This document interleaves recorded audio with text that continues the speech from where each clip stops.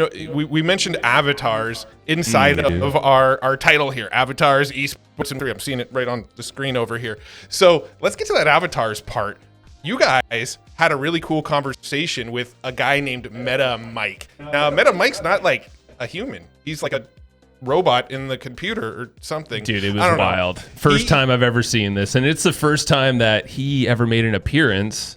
I'm talking about MetaMike, and that is MetaMike right there. You're looking at the man.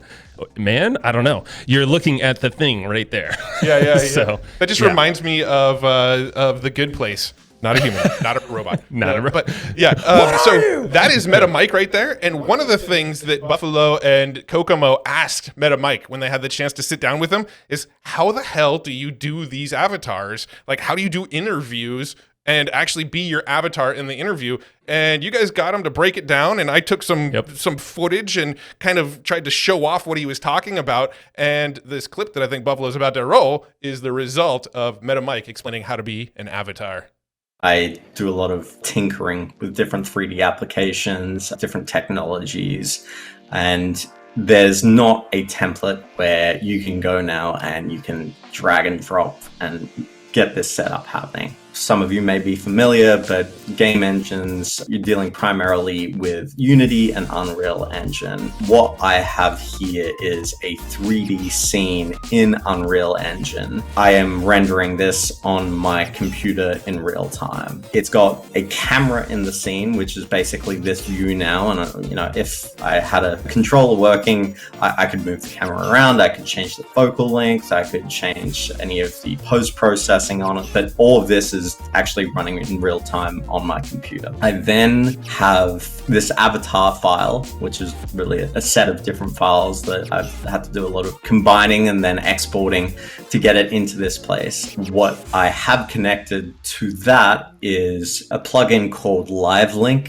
which is an Unreal plugin, and it takes your phone, it takes the camera from the phone, and it tracks all of the different facial movements. From there, it maps it in this real world environment. On top of that, there are various different technologies out there that utilize a avatar standard file format called VRM. Basically, you can think of it as an interoperable avatar that allows you to create whatever you want as long as it matches these specific standards for the VRM standard, and you can bring it in a lot of different applications. I believe it's vMagic Mirror is the technology that will actually take your audio input from your microphone and move your mouth in a way that replicates that sound. So if I'm saying then it will move the mouth, and rather than me needing to face track it, it will then take my keyboard input and move my fingers to match whatever keys I'm on. The same with a mouse pad, the same with a gamepad, the same with a MIDI controller as well. There's a lot of different technologies that integrate with VRM format. So I have an app on my phone called TDPT. It allows me to take either a YouTube video or your camera input and tracks your full body pose. So it doesn't track your face, but it tracks your body. So